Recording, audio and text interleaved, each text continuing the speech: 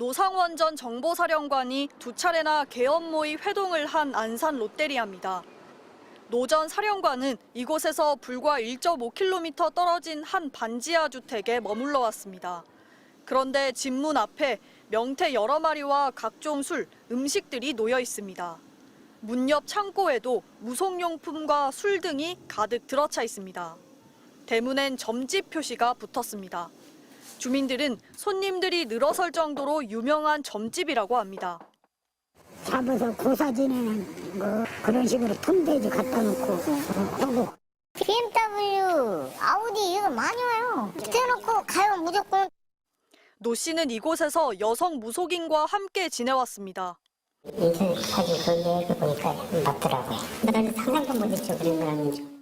살려는데 얘기할 때 이제 눈치를 좀 이렇게 선생님이랑 써주는 편이고 약간 그런 것 같아. 노 씨는 역술인들과 동업하면서 직접 점을 봐주기도 한 것으로 전해졌습니다. 사주 봐주고 그랬다던데. 근데 이렇게 있으면 그래도 모르겠지. 점집 직원이라는 여성은 노 전 사령관이 역술인으로 활동했냐는 질문에 대답을 피했습니다. 노상원 씨가 그 안에서 점도 보셨어요? 점집 간판은 노 씨의 계엄 모의 사실이 알려지면서 지금은 떼내졌습니다. 3, 4년 됐네, 여기 온 지. 여기서 여기까지. 보살, 좀 다른 거 있어. 간판이 없네. 내란 배후로 지목된 노 전 사령관이 민간인인 건 물론 무속에도 관여된 것으로 드러나면서 계엄 비선 파장은 더욱 커질 것으로 보입니다. MBC 뉴스 정한솔입니다. 예비역 민간인 신분으로 이른바 햄버거 계엄 모의에 참여한 혐의로 구속된 노상원 전 정보사령관이 성추행 사건으로 불명예 전역 후 점집을 운영하며 역술인으로 활동하고 있었던 것으로 확인됐습니다. 지난 2018년 국군의 날인 10월 1일 당시 노상원 육군정보학교장은 여군 교육생을 술자리로 불러내 강제로 신체 접촉을 하고 부대에 일이 생겼다며 자리를 피하려는 교육생에게 말도 안 되는 소리라며 따라가 전속 부관이 운전하는 차량에서도 성추행을 이어갔습니다. 노 전 사령관은 이 같은 혐의 등으로 군사법원에서 징역 1년 6개월의 실형과 함께 아동청소년 관련 기관 취업 제한을 명령받고 불명예 전역했습니다. 출소 후 경기도 안산에서 다른 무속인과 함께 점을 보는 철학관을 운영해온 노 전 사령관은 김영현 전 장관과의 근무연 등을 활용해 인사 민원 등을 하는 방법으로 현역 군 장성들에게 영향을 미쳤던 것으로 전해졌습니다. 구속된 여인영 전 방첩사령관은 계엄 직후 김 전 장관이 노 전 사령관에게 연락해보라고 지시했다고 검찰 특별수사본부에 진술하기도 했는데 실제 이번 계엄 모의 장소 중 한 곳으로 꼽혔던 롯데리아 역시 노 전 사령관의 점집 근처인 것으로 알려졌습니다. 이 노상원이라는 사람은 사실은 불명예 전역한 인물입니다. 어떻게 이런 인원이 이 김용현과 깊숙이 관여돼서 이 어마어마한 비상계엄 사태의 핵심 인물이 됐다는 것 자체가 정말 분노를 자아냅니다. 무속인 신분인 노 전 사령관이 이른바 용현 8호까지 불리며 국방부 장관과 함께 계엄 포고령을 작성할 정도로 이번 사태에 깊숙이 개입한 정황이 속속히 드러나면서 향후 수사 결과에 따라 계엄 비선 논란의 후폭풍도 적지 않을 것으로 보입니다. 지난 2022년 재보선 당시 명태균 씨가 김건희 여사와 당시 윤상현 공천관리위원장을 통해 공천 개입을 시도한 정황이 또다시 공개됐습니다. 선거를 한 달여가량 앞둔 22년 4월 하순, 명 씨가 지인과 나눈 대화 내용입니다. 명 씨의 지인이 사모님은 윤상현 의원한테 전화했지라고 묻자 나중에 저녁에 이제 누구 함성비가 가고 막 난리 치겠지. 자기 친구니까.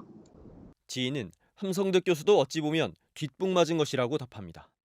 사모는 김건희 여사, 함성득 교수는 윤석열 대통령과 친분이 있는 것으로 알려진 인사입니다. 그러니까 윤상현이가 가서 또 울고 불고 또 난리 치겠지. 내보고 하대 이 같은 대화의 정확한 맥락은 확인되지 않았는데 민주당은 김영선 전 의원의 공천이 여의치 않아 윤상현 공관위원장에게 압박이 이뤄지던 시점으로 보인다고 추측했습니다. 윤상현 의원을 윤석열 후보 캠프에 합류하도록 한 게 명태균 씨 자신이라고 말했다는 음성도 공개됐습니다.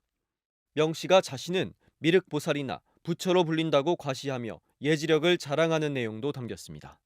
내보고는 미륵보살이라고 하니까 김영삼, 김대중 했때 그런 사람들이 내보고 선생님 같으신 분이 어떻게 지금 나왔냐고. 서울 사람들은 너는 사람이 아니기 때문에 너를 경쟁 상대로 생각할 수도 없고 너를 그냥 부처로 생각한다 이렇게 본다니까.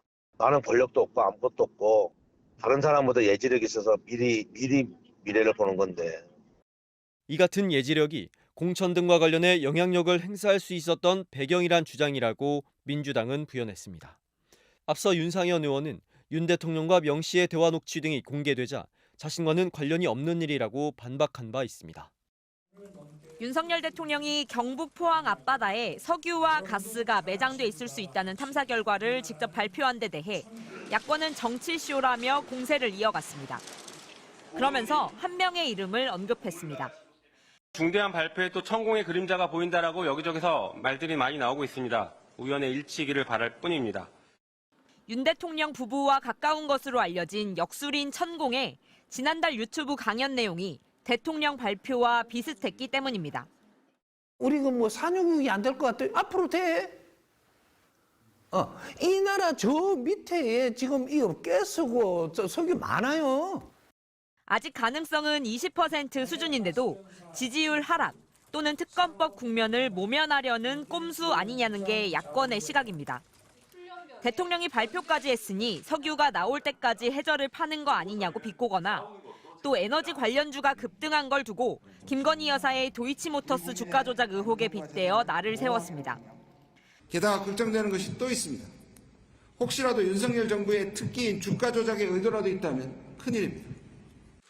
반면 국민의힘은 개발이 이뤄진 것처럼 단정짓는 건 이르다고 조심스러워하면서도 촘촘하게 준비하면 산유국의 꿈을 이룰 수 있을 것이라며 윤 대통령을 엄호했습니다. 성공하면 국가 경쟁력이 강화될 거라며 탐사 시추를 아낌없이 지원하겠다고도 덧붙였습니다. 일단 상당한 기대를 갖고 볼 수 있는 좋은 소식 아닌가 생각합니다. 다만 현재 전문 기관이 이제 앞으로 순차적으로 야권의 공세에 대해선 금방 들통날 거짓말을 왜 하겠냐. 지금 야당은 대통령이 뭘 해도 국면 전환용이라 비판할 거라고 응수했습니다. MBC 뉴스 신수아입니다.